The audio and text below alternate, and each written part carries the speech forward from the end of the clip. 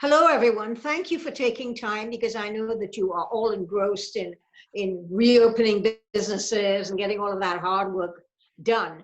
But I just wanted to touch base with you and find out if some of the emergency benefits of the government had pulled forward at the beginning of the COVID crisis, and now that some of you are reopening, because we have been trying to be we've tried to be responsive to some of the things you have told us.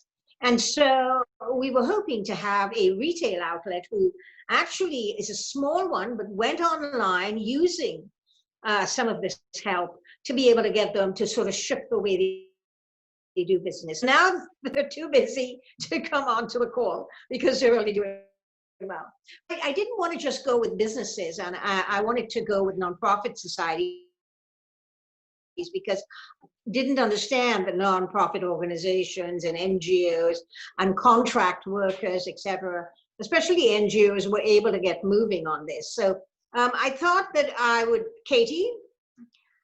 Katie is with Oceanwise, whom we all know here in BC as the Aquarium, and Meeru is actually the owner of Vijay's, which it has got the best Indian food in Vancouver. We all know that. And so I just wanted two different types of people to come on and say how this worked for them. So Meeru, just to start with you, I mean, was CEWS, when it first came out during the actual pandemic, the center of the storm, did it help you to kind of keep your body and soul afloat? Absolutely.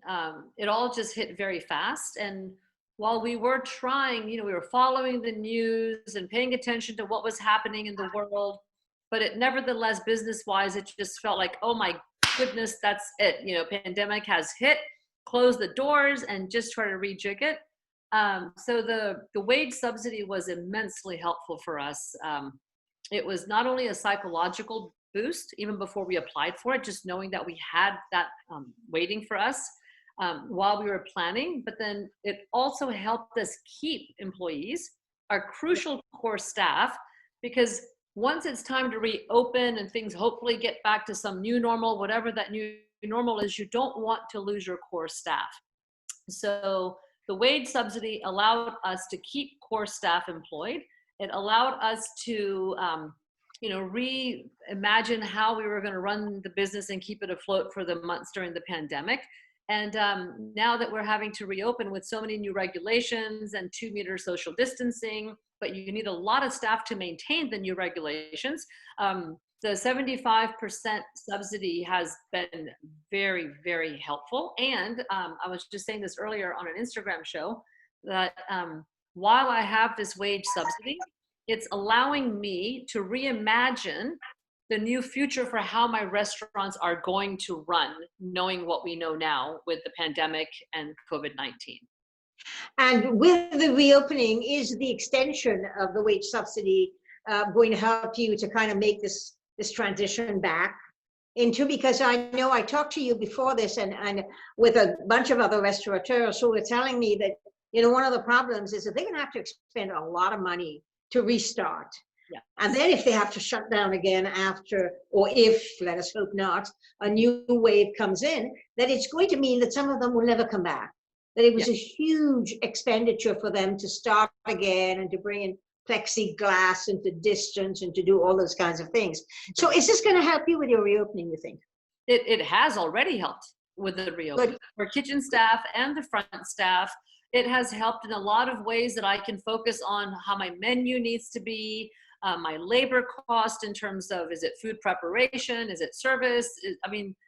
There's just so many details about a restaurant that people don't realize. All people have discovered since the COVID pandemic is that our margins are razor thin. And so that's the big, that's the big thing people have realized about restaurants is our famous razor thin margin. So because of that, the extension of the wage subsidies allows us to build back our business a lot more carefully without having to worry about losing staff or paying staff. That's good. I'm glad to hear that. Katie, a totally different kind of thing. You were with a nonprofit, which of course we all know is the aquarium. And I remember that your executive director called me very early in this shutdown and said, what are we going to do? We've got 70,000 creatures to feed. We can shut down the aquarium from visitors and tourists and everything, but how are we going to feed these animals? Because we depended on the gate to be able to do that. And you need to have special staff who know how to care for the various creatures that you have.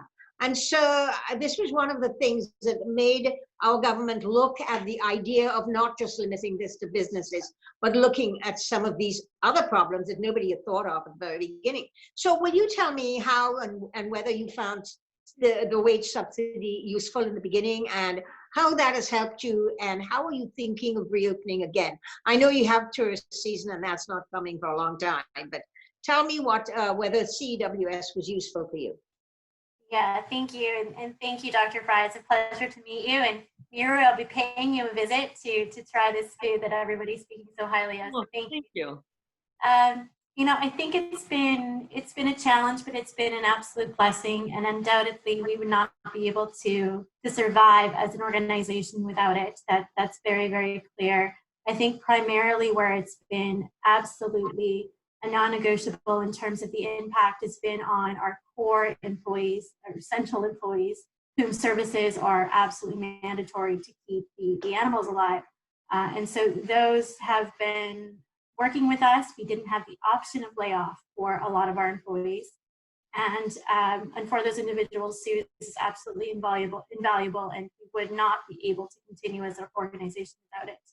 I think the challenge with the subsidy is the cash flow issue, where there was that initial delay in when it was received, and we did have to engage in a 60% reduction of our workforce, which was nearly 350 people, because we simply did not have the cash flow to continue to fund salaries in waiting for the subsidy. And so that was problematic for us just in terms of the timing of receiving it.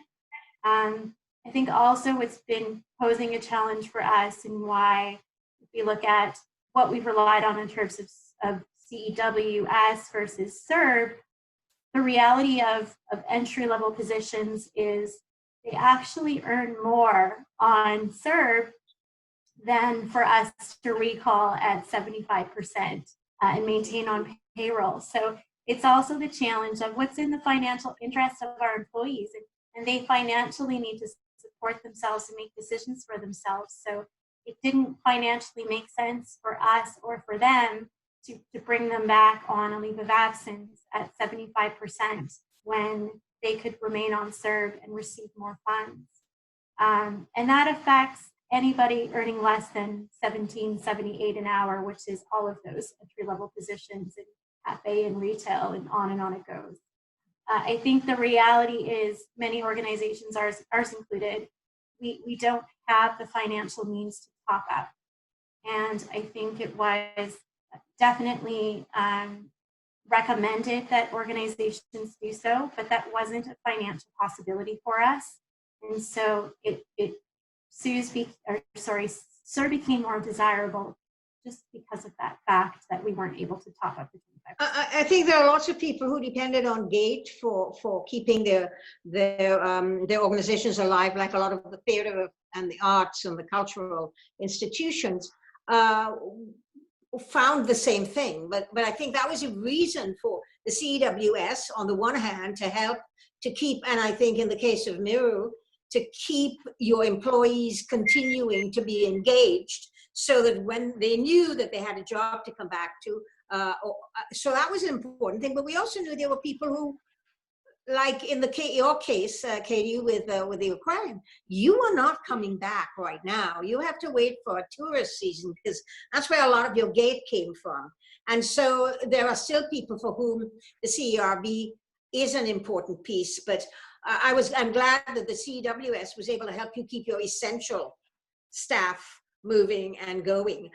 I just, before we leave, I just wanted to ask, as you well know, the federal government gave gave transfers to the provinces to get, because they're responsible for commercial businesses in their province. And so we wanted to make sure that we had that ability for people to have the rental assistance. And we found that early on that a lot of businesses, a lot of landlords weren't taking this up at all. They weren't interested. And so we did some modifications to make it more attractive for landlords to move in. And I know that British Columbia actually stopped any kind of put a ban or a moratorium on evictions for commercial renters during the period of time. So with those two, there is an ability to look at this problem. How does that help you, Meeru? Well, we have applied for this, the rent, right? With our landlord, we have applied for that. The feedback that we got from the landlord was that the application process itself was complicated. And since it's a landlord-driven application, right? If the application was made a little bit easier, maybe more landlords would. We have an excellent relationship with our landlord. And so we work together, and so it worked out for us. And so, yes, we will be, we have, as I said, we have applied for that. Well, that's important feedback. So we can look at how to make that application easier. And I think it's at 70%, if I'm not mistaken, right? You have to have lost 70% or more of your revenue. Yes. And so a lot of the people that we're spoken to, like, it's like at 68%, 65%. I mean, I guess it was a rough call to make it, how the 70 was chosen. My only feedback would be that landlords, if it's easier for them to apply. And then from the point of the businesses, I think the 70 is a bit high. Right? I think it should be lower to 60%. Okay, that's very good feedback, Meeru, and we'll be sure to get that one back. Katie, you had any problems with rent? Your landlord is what? The Parks Board? It is the Parks Board, yeah. I'm not sure on that side. I think I'm in the business of managing the people side, so I don't know what's happening on the rent side. I do know that our opening is very much dependent on the park opening. So we're waiting to hear more about what will happen in Stanley Park and the opening and parking and all of those details, but we don't know quite yet. Well, thanks guys for coming on. And Meeru, that is good feedback on the CCRA. And I just wanted to thank you for taking the time when I know now is the time for Meeru to be getting a dinner menu going and to getting all that happening. And Katie, thanks for coming on. I really appreciate your feedback because it helps us to kind of fine tune. We don't know how long everything is going to be in this kind of flux. We don't know, and we're hoping there isn't going to be a second wave, but we're hoping that at least we would have learned some lessons to be able to make us fine tune what we're doing so that it is going to be more useful for everyone. You were going to say something quickly, Meeru. I was going to say, in our last conversation, I had mentioned to you that, as far as the banks were concerned, and the role of banks and how many of us restaurants, as a part of running our businesses, we do carry bank loans at interest rates. Yes. We're in good faith paying them. Pandemic happened. I really don't know where to push this further. Where are the banks taking a deferral is going to really ruin a lot of businesses that are doing well. And I was going to request, is there any place where I can put this in that during the 3 months that we were forced to reduce our business and revenues and everything, if banks could just put a freeze or suspend the interest that we were paying? Yes, you told me that, and we fire that up the food chain. That means that there's going to have to be a lot of negotiation that is going to have to go on. So I don't know what the status of that is yet because we can't mandate it. Yeah, I'm not talking about forever. I'm talking about just the period. And I'm not talking about. I heard you. Yeah. Yeah, no, you explained it very well, actually, when we first talked about it. So, I mean, we send these things up and we let people look at it and mull it around. In some cases, it requires negotiation with the provinces. In some cases, it requires negotiation with banks or institutions, et cetera. And so that takes just a titch more time. But so for example, before the wage subsidy, like we were talking about, we haven't received it. We had to take a line of credit, right, to pay until we received the wage subsidy. That line of credit was at almost 5%. That's pretty high. You see, and that, but it was early on, right? So that's what I'm talking about in terms of interest payments. We only took that because we were shut down. Yeah. Right. Okay. And so that's what I meant. Yeah, I know you did. Thank you guys for coming on. I appreciate it. The feedback is good.